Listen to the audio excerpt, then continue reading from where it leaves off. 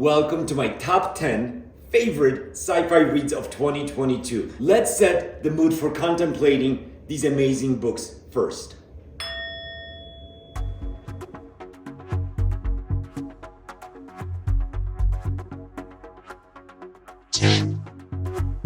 So opening up the list at number 10 is Roadside Picnic by Arkady and Boris Strugatsky. Roadside Picnic was written in 1972. A few years later translated from the original Russian into English with a foreword by Ursula K. Le Guin. This science fiction book was a heavy read for me.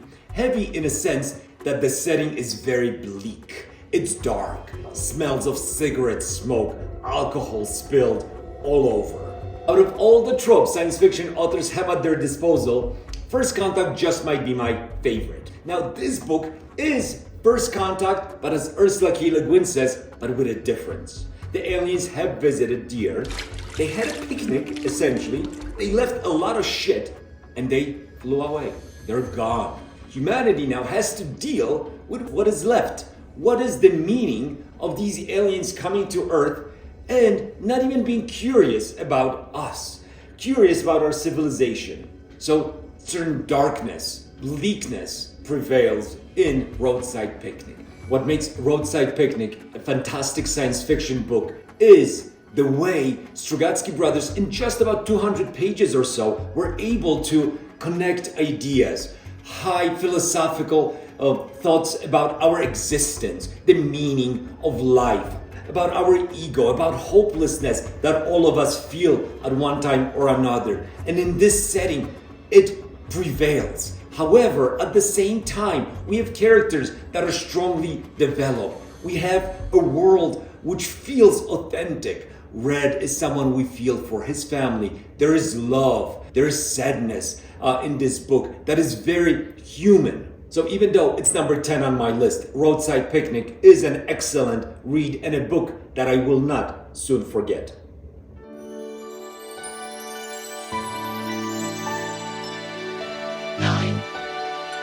Book number 9 on the list is a surprise. It's Piranesi by Susanna Clarke. Not a science fiction book, a fantasy, but it's a book that swept me away. It's a mind-bending adventure in an unforgettable setting. A book that is very difficult to describe without spoilers. A book that is difficult to describe with spoilers. There's an innocence in this book that is really refreshing and beautiful. Childhood-like wonder. It's a book that reminded me of a recently read and reviewed on the channel Psalm for the Wild Built. Completely different, but there is a certain lightness to it. Piranesi, our brave protagonist, lives in a building that seems to be a universe unto itself. Unending corridors with statues, with an ocean and tides coming in and out. There's only one person called the Other who Piranesi knows of. This is where the story begins. Where it ends, you're gonna have to find out for yourself.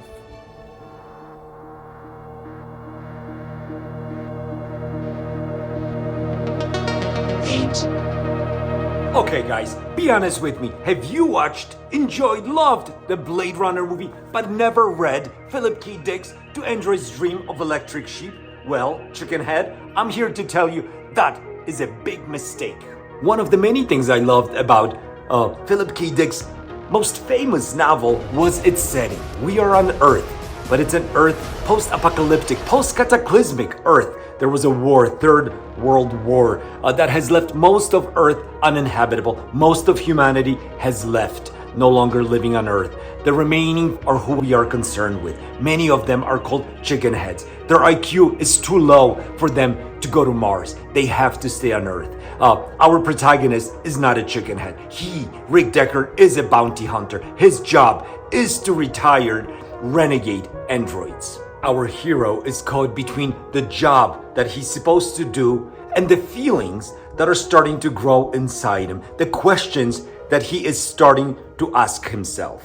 Philip K. Dick had a lifelong fascination with animals. It is reflected in this book. Animals here are a status symbol. Rick Deckard is hoping to have a real live animal as opposed to having a robotic one.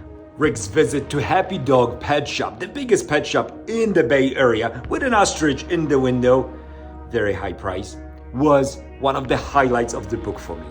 Philip K. Dick is an important science fiction writer. His voice is unique. He needs to be read. So if you haven't read the book, but you've watched the movie, pick it up. I guarantee you will enjoy it. I loved the book. The very ending left me wanting, but still, while it left me wanting, it left me thinking as well. So yes, I'm a dickhead now. 7. Is world without art worth living in? That is just one of many profound questions asked by Emily St. John Mandel in her amazing book. Station 11 feels like the perfect book. The story is captivating, characters are vivid, and Emily St. John Mandel's prose, to me, is simply sublime. Reading Station 11 after our experiences with COVID pandemic really hits home. In this book, the world is changed essentially overnight due to a pandemic that wipes out 99% of humanity.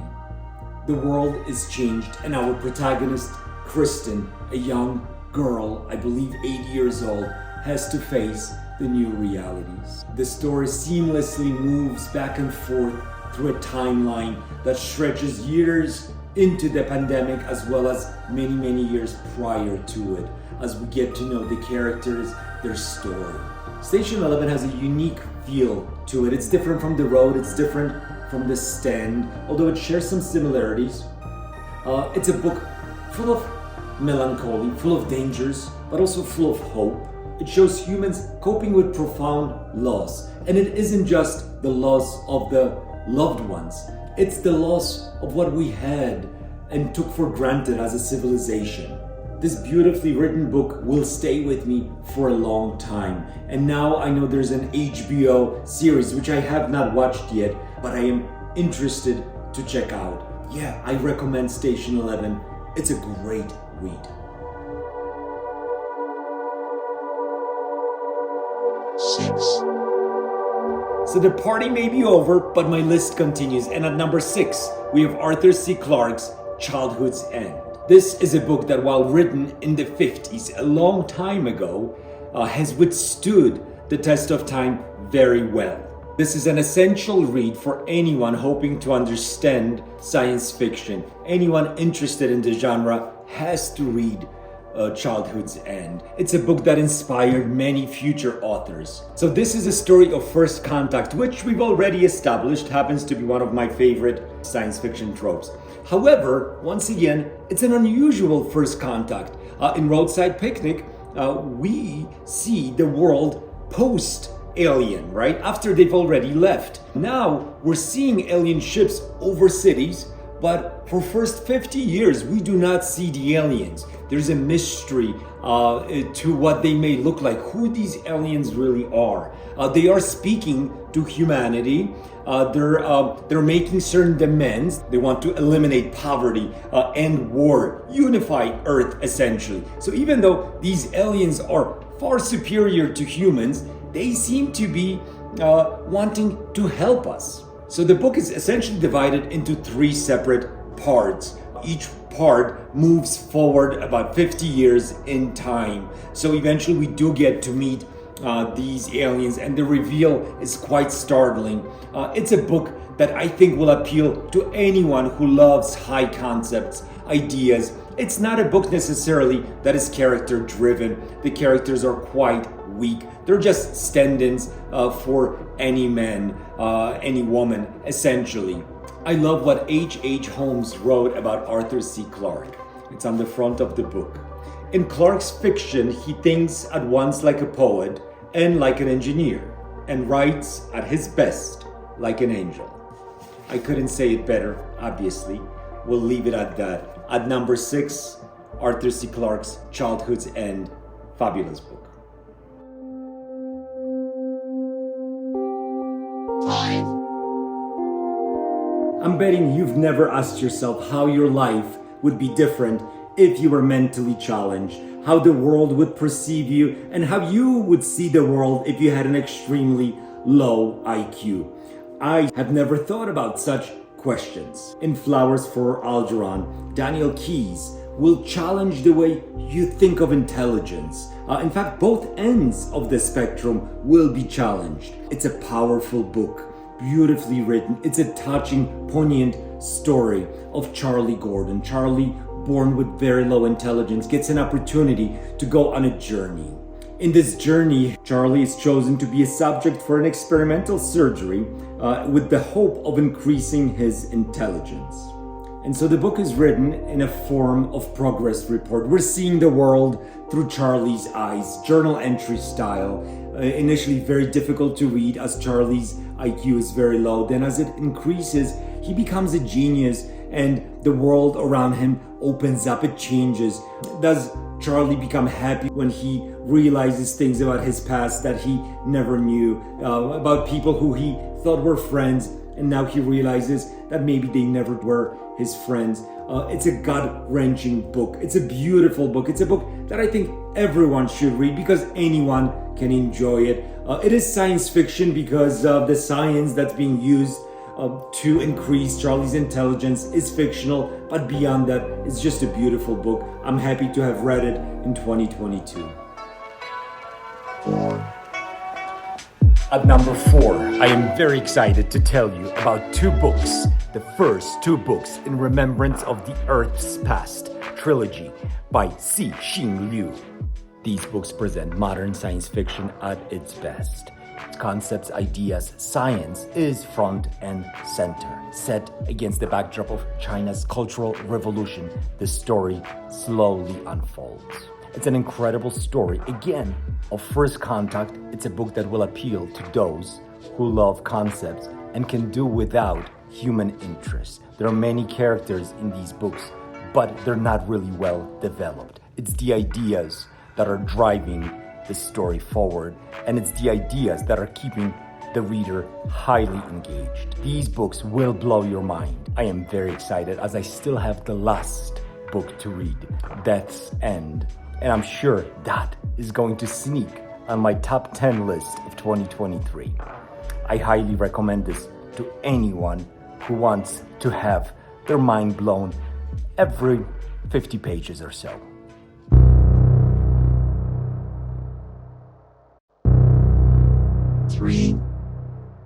Solaris goes way beyond a typical sci-fi story. It's more than an adventure in space. It starts off with Kelvin, a scientist who lands on a research station. This research station is on a planet called Solaris.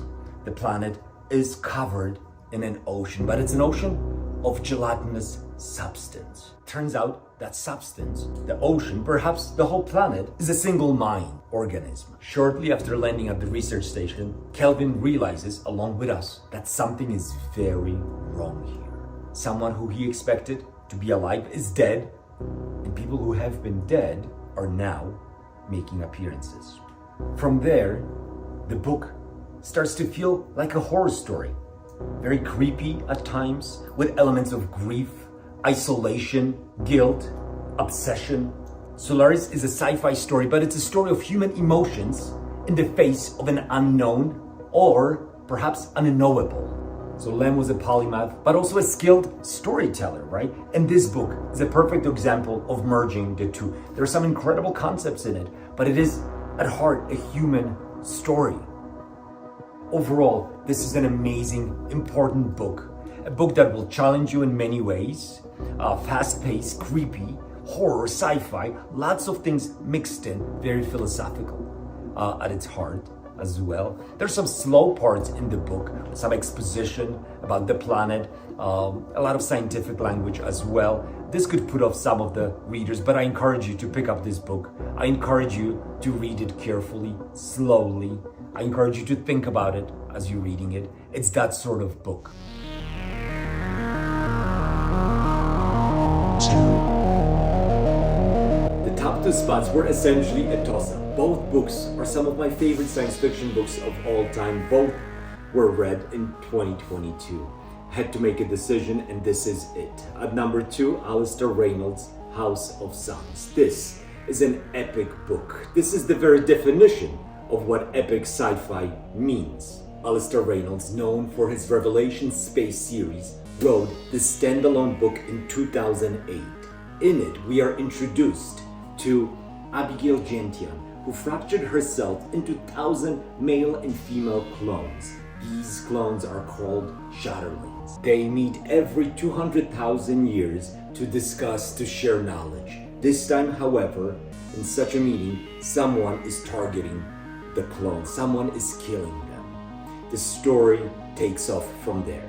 The amount of mind-frying ideas contained in this book is truly impressive. From wormholes to time dilation to causality, ring worlds, cloning, the book really explodes with ideas. But what makes it great, in my opinion, is the fact that those ideas are well balanced with great characters. This book proved to be a fantastic read from the beginning all the way to the satisfying end. It's a standalone, but I think there's a little bit of wiggle room left at the end of the book, and I'm hoping Alistair Reynolds will write a sequel to House of Suns, my number 2 book of 2022.